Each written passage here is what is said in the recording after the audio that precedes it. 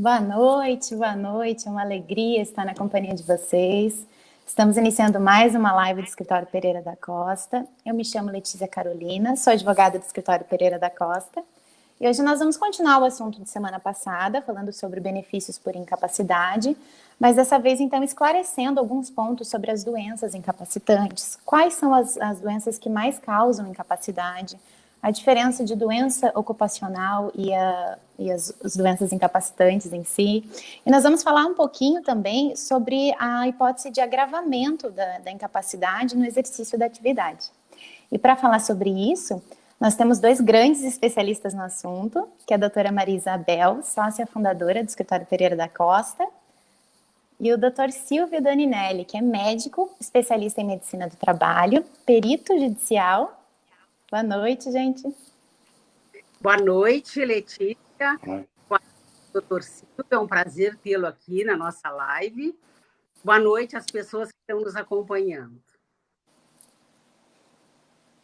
Bom, doutora Maria Isabel, doutora Letícia, boa noite. Boa noite a todos que nos acompanham. Foi com prazer que recebi o convite e não podia me furtar de estar hoje presente.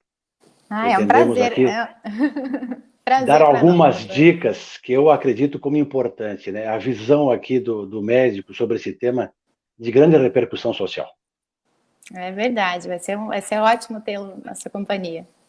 Então, para a gente começar essa conversa, doutora Maria Isabel, a senhora pode falar para a gente, para iniciar o assunto, o que seria a incapacidade, mas sobre o olhar previdenciário? Com certeza, Letícia. Então, incapacidade é a mesma coisa que inaptidão para o trabalho. Então, a pessoa que está incapaz para o trabalho, ela não está apta. E essa inaptidão para o trabalho traz reflexos no direito previdenciário. A classificação de capacidades para o direito previdenciário e quais as consequências. Já falando do direito previdenciário, o conceito do manual referisse esse manual traz o seguinte conceito da incapacidade, abre aspas. Incapacidade laborativa é a impossibilidade de desempenho das funções específicas de uma atividade, função ou ocupação habitualmente exercida pelo segurado, em consequência de alterações morfo-psicofisiológicas provocadas por doença ou acidente. Bom, aqui a gente já pode ver que incapacidade e doença são a mesma coisa. A incapacidade tem origem em dois pontos, ou na doença ou num acidente. Mas, às vezes, a pessoa pode ser doente e não estar incapaz para o trabalho. Não basta ter uma doença. Ou pode ser que não tenha causado incapacidade. Então, a incapacidade resulta da doença, mas não é a doença. A incapacidade pode ser parcial ou total, temporária ou permanente. A incapacidade parcial limita o desempenho do trabalhador, mas de forma que não traga risco de vida ou de agravamento. Ela é parcial. Quando ela é total, ela retira absolutamente qualquer possibilidade de exercer função laboral. Então, aí ela é total. Quando ela é temporária, não importa se ela é parcial ou se ela é total, mas é previsível uma data para o encerramento do período. O médico vai dizer, não, em tanto tempo vai se recuperar. Quando ela é permanente, é impossível dizer quanto tempo ou se vai se recuperar. Tá? A diferença e permanente. O INSS, quando ela é permanente, ainda faz uma terceira denominação, que é permanente, sem saber o tempo, então ela é definitivamente sem possibilidade nenhuma de recuperação ou possibilidade de reabilitação. As consequências. Perfeita explicação, então, doutora. Então, nós temos essa incapacidade parcial, essa incapacidade total, né, temporária e permanente. Então, agora, doutor Silvio... Você pode falar um pouquinho para a gente, pela sua experiência, quais são essas doenças? Eu sei que isso é muito delicado, né? Porque, como o senhor mesmo diz, não existe uma fórmula de bolo, né? Mas quais são as doenças que, na sua experiência, apresentam maior nível de incapacidade? Bom, além daquelas relativas às doenças mentais, certamente as patologias musculoesqueléticas, notadamente lesões da coluna vertebral lombar e em membros superiores, destacando-se aqui lesões ao nível do ombro. Seriam mais as chamadas LER-DORT, lesões por esforços ou traumas repetitivos. Basicamente, não temos a questão de ordem psiquiátrica, mental, depressão, né? E aquelas que atingem o sistema ósseo-muscular. Também acho que segue um pouco depois as questões na área da cardiologia. Tem tido uma certa frequência de patologias incapacitantes também. Entendi. Então, aproveitando esse gancho, doutora Marisabel, qual seria a importância de nós analisarmos as condições pessoais do segurado na hora de verificar se existe uma incapacidade laboral? É de fundamental importância que a gente faça essa análise. Inclusive, a própria OMS nos traduz nas seguintes palavras sobre os termos, né, dessa redução. Então, abre aspas, qualquer redução ou falta, entre parênteses, resultante de uma deficiência ou disfunção, fecha parênteses, da capacidade para realizar uma atividade de uma maneira considerada normal para o ser humano ou que esteja dentro do espectro considerado normal. Então, a redução ou a falta de capacidade tem que ser verificada, levando em consideração o tipo de atividade que a pessoa, o trabalhador, desenvolvia. E não só isso, também que aptidões ele precisava ter para poder desenvolver a atividade. Então, não pode ficar assim, de forma genérica, tem que ver quais as aptidões que são necessárias e quais as atividades que ele exercia. Então, nós não podemos concluir que a competência exigida para um cargo de pedreiro seja a mesma que a exigida por um auxiliar administrativo. Cada uma dessas profissões ou dessas atividades exige uma determinada habilidade, e a partir dessas habilidades é que pode ser analisada a incapacidade para o trabalho. É nesse sentido, então, que se destaca as condições pessoais. Então, os elementos, idade, grau de instrução, escolaridade, reinserção no mercado de trabalho, pode diferenciar entre ter um benefício por auxílio doença ou uma aposentadoria por invalidez. Nós temos a súmula 47 da Turma Nacional de Uniformização de Jurisprudência, que diz o seguinte: uma vez reconhecida a incapacidade parcial para o trabalho, o juiz deve analisar as condições pessoais e sociais do segurado para a concessão de aposentadoria por invalidez. Então, a gente vê que não basta os aspectos que realizar uma análise completa, holística, vamos dizer, do caso concreto, sopesando todos os elementos que possam influenciar nessa.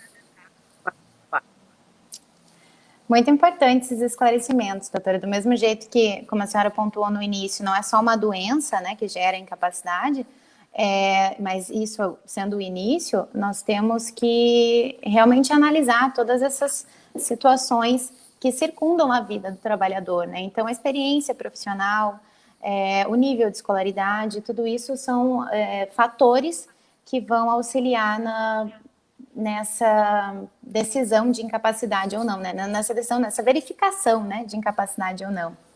Né? Nesse sentido, doutor Silvio, sob a ótica da medicina do trabalho, se a atividade do segurado ela puder causar o agravamento dessa patologia, seria necessário o afastamento do trabalhador e ele permanecer em benefício de auxílio-doença ou, enfim, seja benefício por incapacidade?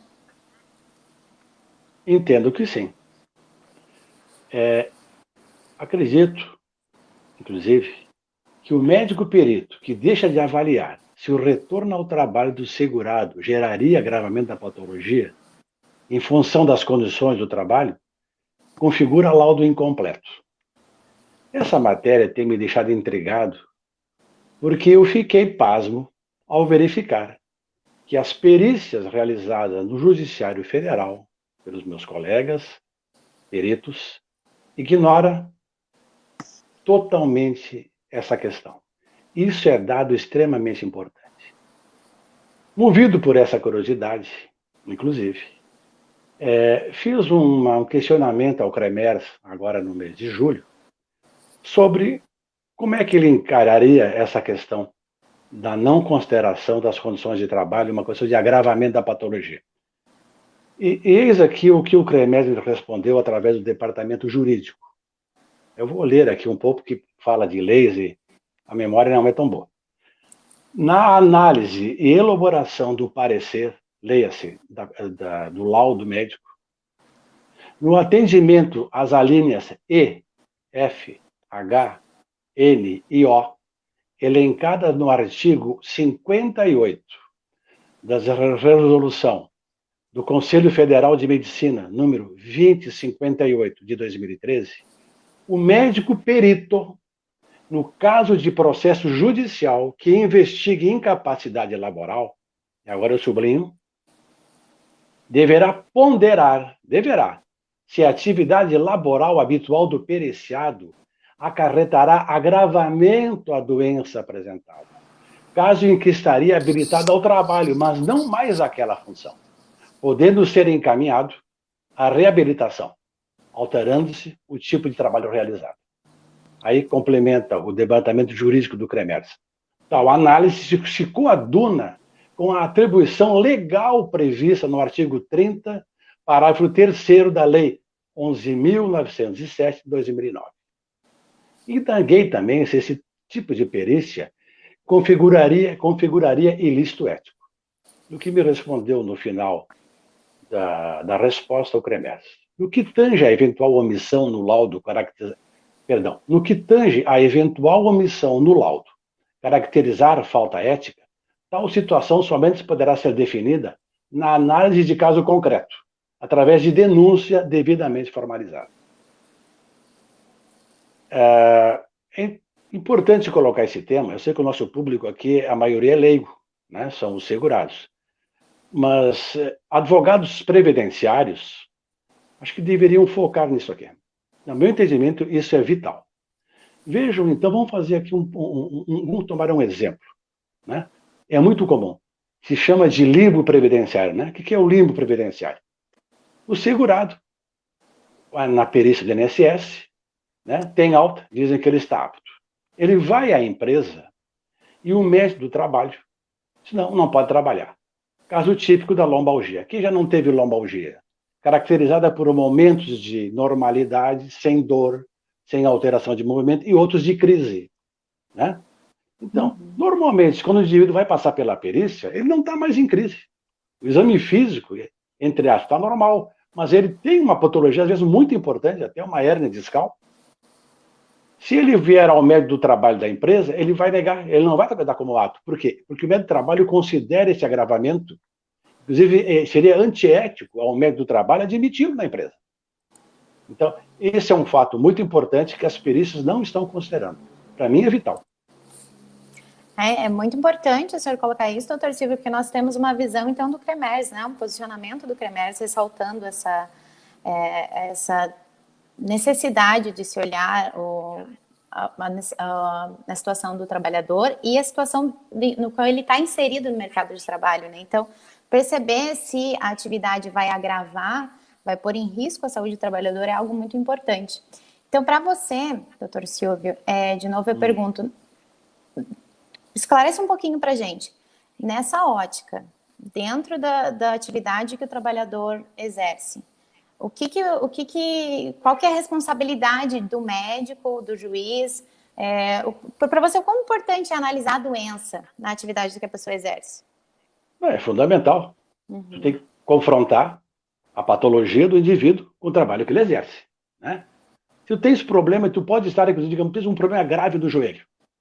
Para ti não tem problema. Tu pega teu veículo, vai aí, trabalha sentada, não tem nada. Agora, se tu fosse uma vendedora ambulante, estaria inapta, né? Então, analisar o que a pessoa faz é importantíssimo. E não é só colocar assim no laudo, como se vê às vezes, né? Uma descrição padrão de cargo, sem analisar exatamente o que a pessoa faz. Ora, ora, né? Se o perito não colhe o histórico ocupacional, direcionando em função da patologia que acomete o segurado, certamente ele é um estudo infrutífero, não leva a nada, né? Então, é fundamental. Então, é importante que o perito saiba das atribuições. Essa questão, notadamente da doença musculoesquelética, é tão importante que o próprio INSS tem um manual de peritos, onde destaca que o perito talvez deva se especializar nessa área, adquirir conhecimentos na área de ergonomia, na área de medicina do trabalho. Porque chega, por exemplo, num médico traumatologista, provavelmente ele não tem conhecimento de ergonomia. O indivíduo chega com uma lesão de ombro. Ele não vai saber dizer exatamente em que condição, pode se afirmar o que agrava aquela lesão, né? Se há nexo ou não com a atividade. Aliás, em relação a essa questão, bom, continuemos depois, tem mais coisa. Eu ia falar justamente sobre essa questão, porque geralmente o nexo causal fica ali na questão dos acidentes de trabalho.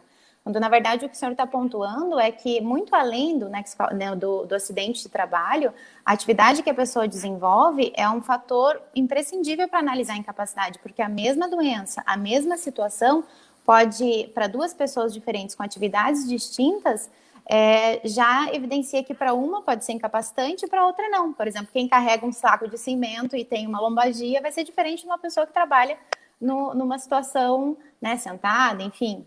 Né? Então, é muito importante ter esse teu posicionamento como médico, né? E porque, às vezes, a gente se atém muito ao que a gente já está acostumado ali, né? Que se causava só para acidente do trabalho, quando, na verdade, a gente vê a importância de se avaliar isso na situação de saúde do segurado, né?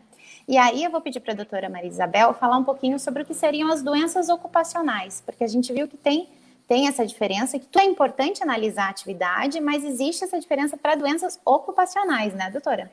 Com certeza. As doenças ocupacionais são aquelas que são provocadas pela própria atividade que a pessoa desempenha. Tá? Então, denomina-se como fatores desencadeantes essas doenças ocupacionais, problemas, né? Fatores de natureza física, química, biológica, mecânica, ergonômica, como estava falando. E para que haja caracterização de um acidente do trabalho, disse benefício de acidente do trabalho, é necessário que se estabeleça uma relação entre o dano causado e o agente que provocou. Isso é importantíssimo que apareça, né? E aí, como foi gerado, então, esse nexo de causa e efeito para produzir essa lesão ocupacional. Isso está nos termos do artigo 21, inciso 1 da Lei 8.213/91, que equipara também o acidente de trabalho à chamada concausa, ou seja, a causa que, embora não tenha sido a única a causar a morte ou a redução da capacidade, ou a perda de capacidade pelo trabalhador, ela tenha contribuído para isso. Ou produzido, além dessas reduções, ou perda, ou morte, etc., produzir uma lesão que exija uma atenção do médico para a sua recuperação. Então, é o próprio exercício da atividade profissional que causa a incapacidade. E por isso a importância do nexo de causa e efeito entre quem provocou e a doença, a incapacidade provocada. E veja que é importante, né? Que tá ali a concausa, que não seja causa única. Então, ainda que não seja causa única, mas tenha contribuído, então a gente já teria ali uma doença ocupacional. Então, agora eu vou pedir para o doutor Silvio dar a opinião dele como médico do trabalho. Qual que é o teu olhar sobre essas patologias, essas patologias que são caracterizadas como doenças ocupacionais? A doutora praticamente esgotou a matéria aí, né? Resumindo, é toda e qualquer patologia cuja condição de trabalho participa em sua construção, seja como causa única ou não. Aliás, eu queria fazer aqui um comentário muito importante, porque com essa alteração previdenciária, o indivíduo que for aposentado por invalidez, ele vai ter um diferencial de ganho enorme se o motivo for doença ocupacional ou não. Então, essa matéria aqui vai ser vital, saber se é doença do trabalho ou não. Se o indivíduo se aposenta por uma doença comum, ele vai receber 60%, né, doutora, do seu provento. Se for acidente do trabalho, e leia-se doença ocupacional também, se equipara legalmente, ele vai receber 100%. Me preocupa, apesar de não ser jurista, como é que o Judiciário Federal vai analisar essa matéria. Eu recomendaria, se algum juiz, eventualmente, federal está nos ouvindo, que contatasse com seus colegas da Justiça do Trabalho, que tem uma enorme experiência nessa área. Se eu fosse legislador, doutora, eu mudaria a competência, eu criaria nas varas do trabalho, na Justiça do Trabalho, varas especializadas na análise dessa matéria. Veja que até 2000 e pouco, a matéria da indenizatória por acidente de trabalho era julgada na Justiça Estadual. E depois passou para a Justiça do Trabalho. Celeridade muito maior. Uma pleiade de peritos, onde se respeita os diversos entendimentos, o que não acontecia no DMJ. No DMJ da Justiça Estadual, nós tivemos uma experiência lá, acompanhando perícia durante uma década, e que, pasme-se, nenhum caso de Ler Dort foi reconhecido como tal. Depois que essa matéria passou para a Justiça do Trabalho, se mudou o entendimento. Pode ser ou não, pelo menos se avaliou essa possibilidade. Então, hoje eu acredito que, quando essa matéria for discutida na Justiça Federal, estaremos, inclusive, diante de um grande dilema. Imagine que a perícia realizada na Justiça Federal chegue à conclusão de que é doença do trabalho, que é acidente do trabalho. Essa matéria, doutora, vai ir para a Justiça Estadual? Por que iria? É o caso do agravamento. Se você diz que a patologia é agravada pelas condições de trabalho e isso está gerando incapacidade, é um fator que deve ser obrigatoriamente analisado, você está reconhecendo implicitamente que é doença do trabalho. E se é doença do trabalho, vai para estadual, para quê? Para quê? Temos aquela morosidade toda e, de repente, chega lá um perito do DMJ e diz que não é do trabalho? Vai ser uma bela discussão.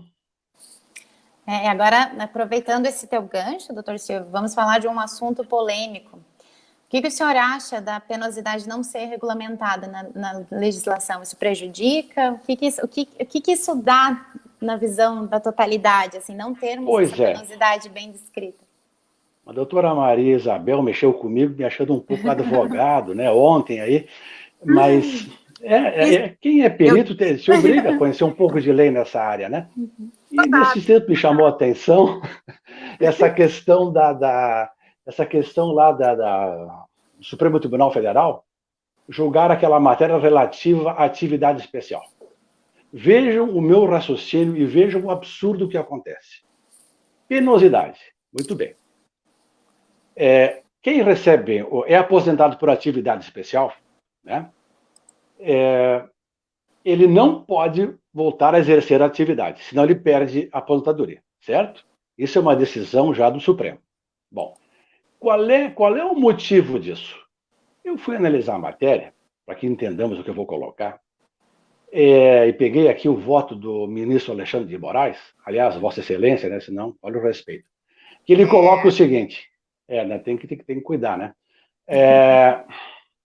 Diz aqui, ele botava assim, ó, a doutrina diverge entre duas finalidades da aposentadoria especial.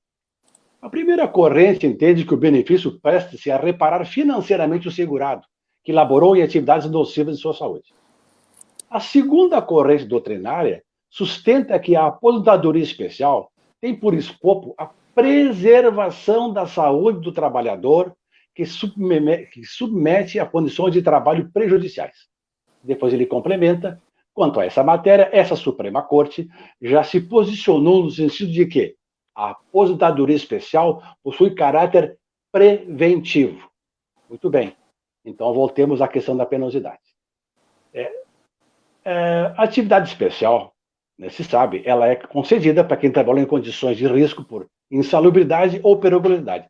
E vejam, a questão é a seguinte, não estão doentes, apenas expostos a um risco, um potencial causador de lesão. O legislador, então, regulamentou a periculosidade e a insalubridade, mas não regulamentou a questão que nós estamos discutindo, da penosidade. Né? A penosidade ficou de fora, não foi regulamentado. Inclusive, há uma escassez aqui na bibliografia sobre esse tema, doutora. Eu estive pesquisando, e lá em Minas Gerais, um juiz conhecido na área trabalhista, o desembargador hoje, Sebastião Geraldo de Oliveira, tem livros publicados, ele deu uma definição assim genérica, o que seria uma atividade penosa. Esforço físico intenso no levantamento, transporte, movimentação, carga e descarga de objetos, materiais, produtos e peças, posturas incômodas, viciosas e fatigantes, esforços repetitivos, que é uma das causas principais de reclamatória em função de pedidos de auxílio-doença. Então se criou a seguinte situação. Como isso não foi regulamentado, todo esse pessoal que está estropiado, hoje aguardando um benefício, eles deveriam, se a penosidade tivesse sido regulamentada, deveriam estar aposentados por atividade especial. Mas será que ninguém viu isso em Brasília? As filas junto ao INSS e as filas de reclamatórias contra o INSS diminuiriam muito. O que chamou a atenção? Qual é o paradigma hoje que reclama? Faixa etária entre 50 e 60 anos, geralmente mulher, com trabalho braçal, diarista, empregada doméstica, auxiliar de limpeza, estivadores. Esse pessoal chega doente. Se tivessem sido aposentados a tempo, hoje não estariam doentes, ou não teriam a patologia nesta gravidade. Isso seria matéria, inclusive, para que alguém lá em Brasília se desse conta e tentasse, de uma vez por todas, regulamentar essa matéria, doutora. A senhora vê a repercussão que isso tem. E por incrível que pareça, isso tem relação, e por isso que eu fui procurar essa matéria, tem relação entre esse tipo de assunto que nós estamos tratando e a perícia, que não aborda a questão do agravamento. Então, eu fiz aqui uma colinha minha aqui, né? Eu fiz uma conclusão. Vislumbre-se, por fim, a relação existente entre o supraexposto, que nós vimos aqui, e a perícia, que não contempla como fator de incapacidade ou agravamento da patologia quando o retorno ao labor. Tal perícia vai contra o próprio espírito que anima a doutrina quando em jogo a saúde do trabalhador. Então, se eu fosse juiz, eu jamais aceitaria uma perícia que não considera se o indivíduo pode ser a saúde agravada. Isso vai contra tudo, contra o bom senso e questões técnicas. Verdade, doutora Silvia, nós percebemos a urgência desse assunto, né? E é muito bonito ver a paixão com que o senhor fala disso. Se todos os médicos defendessem com tanto afinco, assim, o que o senhor nos traz, né? Então, doutora Maria Isabel, só para a gente já falou sobre esse assunto, mas só para ficar bem claro o pessoal lá de casa, qual que é a diferença de uma doença incapacitante, então quando a pessoa está num estado de incapacidade, e da pessoa que tem uma deficiência, porque são coisas diferentes, né? São quadros diferentes, ainda que apresentem doenças, enfim. O que seria essas duas situações distintas, a incapacidade e a deficiência? São coisas bem diferentes e têm que ser tratadas de forma diferente pelo direito previdenciário. Porque a deficiência que está prevista lá no artigo 20, parágrafo 2º do LOAS, que é a Lei da Organização e Assistência Social, ela é bem diferente da incapacidade laborativa, porque a pessoa pode ter uma deficiência e ter ainda a capacidade laborativa. Ela, inclusive, tem como consequência essa deficiência, ela poder se aposentar por contribuição. Só que aí, então, a Constituição prevê um tempo menor para essa pessoa se aposentar, porque ela tem diferença entre as pessoas que não têm deficiência nenhuma. Então, ela tem uma dificuldade a mais para exercer a sua atividade por conta das limitações da deficiência, que pode ser leve, média ou grave, para exercer a atividade laborativa. E essas atividades, ela exerce as atividades laborais com certa regularidade, só que tem que ser avaliado a dificuldade que ela tem de inserção social, por exemplo, de mobilidade urbana, né? Do jeito que nós temos as nossas calçadas, por exemplo, alguém andar com uma cadeira de rodas nessa calçada é um exemplo, né, de dificuldade de mobilidade urbana. A vida doméstica, como é que ela é, e outros fatores que podem dificultar a vida dessa pessoa, que ela não está incapacitada para o trabalho, mas ela tem algumas limitações. Então, por isso, a Constituição tem que diminuir esse tempo de contribuição para ver uma compensação com as demais pessoas. Agora, quem está incapacitado para o trabalho não precisa ter deficiência nenhuma, e quem tem deficiência pode também ficar incapacitado momentaneamente. Um exemplo, a pessoa está trabalhando, é deficiente, mas, vamos dizer, pega uma doença agora, né, que está na moda, e o Covid-19. Ela vai ter... Está na moda. Essa pessoa vai ter... Está lá exercendo sua atividade, vou dar um exemplo assim de um cadeirante, e pegou auxílio-doença, vai contar esse tempo que ela está em auxílio-doença para a sua aposentadoria, com aquele tempo especial que tem que ser para a pessoa que tem deficiência, mas não pode ser confundido. É importante que os médicos, os julgadores, os operadores do direito, os advogados, façam bem essa diferenciação, porque muitas vezes já aconteceu de a gente ter que recorrer no escritório, porque tu vai lá pedir uma aposentadoria especial para um deficiente, e daí vem um laudo dizendo que ele não está incapaz. E pior de tudo, o juiz também acolhia que ele não está incapaz, mas ninguém estava dizendo que ele estava incapaz, a gente estava dizendo que ele estava deficiente e que tinha dificuldade de inserção social, de mobilidade, etc, etc, etc. Então, é muito importante fazer essa diferenciação. Muito obrigada, doutora Maria Isabel, foi bem esclarecedor. Então, a gente viu que a deficiência é diferente de incapacidade e que uma pessoa que tem deficiência pode vir a ficar incapaz por alguma situação, mas que são coisas diferentes, né? Acho que a gente conseguiu pontuar aqui as questões sobre a incapacidade, sobre as doenças. Doutor Silvio, foi incrível a tua participação, é sempre muito proveitoso ter a tua contribuição, é muito bonito ver essa sua paixão, como você defende a saúde do trabalhador, né? Então, nós vamos chegando ao fim da live, eu vou passar a palavra para o doutor Silvio para que ele possa se despedir. Bom, eu queria, então, novamente agradecer o convite, né, possibilitando dizer que eu me expressasse dessa maneira, até um pouco efusiva, né, mas emocionada, mas é que realmente a saúde da pessoa não pode ser colocada, digamos, em risco, né? Acho que todo médico perito tem que ter consciência da importância do que ele vai colocar no laudo, né? Não pode ser um sujeito assim, digamos, que não considere o aspecto social. Isso faz parte da própria formação do médico. Obrigado. Boa noite a todos. Verdade. Obrigada. Doutora Maria Isabel, por favor. Boa noite. Antes de cumprimentar, eu quero dizer, Letícia, que precisava ter convidado a advogada para a live, o doutor Silvio, daqui a pouco... Ele é completo, né? Ele é um profissional completo.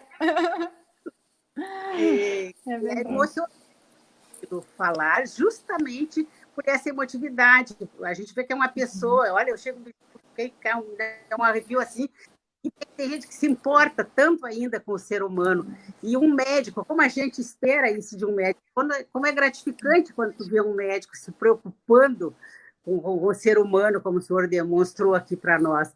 Então, é um orgulho para o Escritório Pereira da Costa ter uma pessoa como o senhor numa live, trazendo os esclarecimentos. Quero agradecer, então, a sua participação, agradecer a Letícia pela bela condução dos trabalhos, quero agradecer as pessoas que nos acompanharam, era uma honra nos acompanhar nessa live. Muito obrigada, boa noite. Muito obrigada, eu agradeço aos colegas pela live, foi muito esclarecedora. Nós esperamos ter demonstrado, então, o quanto é fundamental a análise detalhada da patologia, né, que acomete o segurado, verificar, então, as condições pessoais, se há possibilidade de agravamento da doença no caso de retorno à atividade, né? E agradeço, então, a todos pela atenção, as pessoas que reservaram um tempinho para acompanhar a nossa live. É com muito carinho que a gente produz esse conteúdo toda quinta-feira. Se ficou alguma dúvida, eu peço que vocês comentem. A gente vai ter o maior prazer, de repente, de abordar o assunto em uma outra live, né? Sempre um prazer. Muito obrigada. Até a próxima quinta. Até mais. Boa noite. Boa noite.